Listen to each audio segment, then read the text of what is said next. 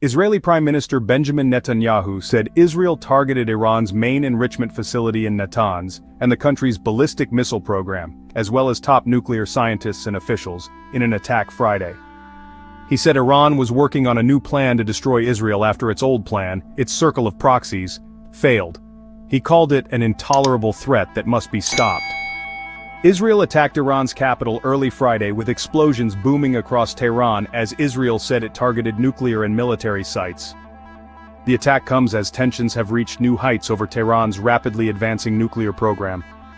The Board of Governors at the International Atomic Energy Agency, for the first time in 20 years on Thursday, censured Iran over it not working with its inspectors. Iran immediately announced it would establish a third enrichment site in the country and swap out some centrifuges for more advanced ones. Israeli Prime Minister Benjamin Netanyahu said in an address on YouTube that the attacks will continue for as many days as it takes to remove this threat. Secretary of State Marco Rubio said Israel took unilateral action against Iran, and that Israel advised the United States that it believed the strikes were necessary for its self-defense. "We are not involved in strikes against Iran, and our top priority is protecting American forces in the region," Rubio said in a statement released by the White House. Rubio also issued a warning to Iran that it should not target United States interests or personnel. People in Tehran awoke to the sound of the blast. State television acknowledged the blast. It wasn't immediately clear what had been hit, though smoke could be rising from Chitgar, a neighborhood in western Tehran. There are no known nuclear sites in that area. But it wasn't immediately clear if anything was happening in the rest of the country. An Israeli military official says that his country targeted Iranian nuclear sites without identifying them. The official spoke to journalists on condition of anonymity to discuss the ongoing operation, which is also targeting military sites. Benchmark Brent crude spiked on the attack, rising nearly 5% on the news.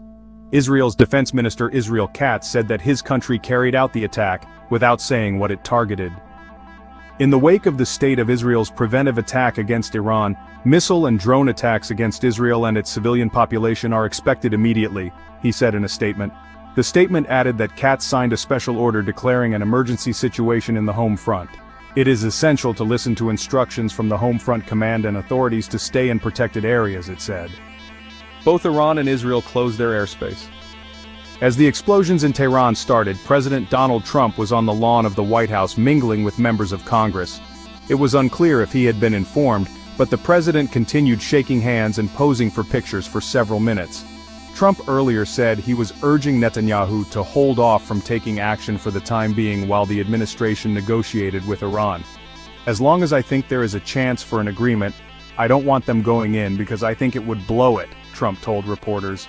Israel for years has warned it will not allow Iran to build a nuclear weapon, something Tehran insists it doesn't want, though officials there have repeatedly warned it could build them.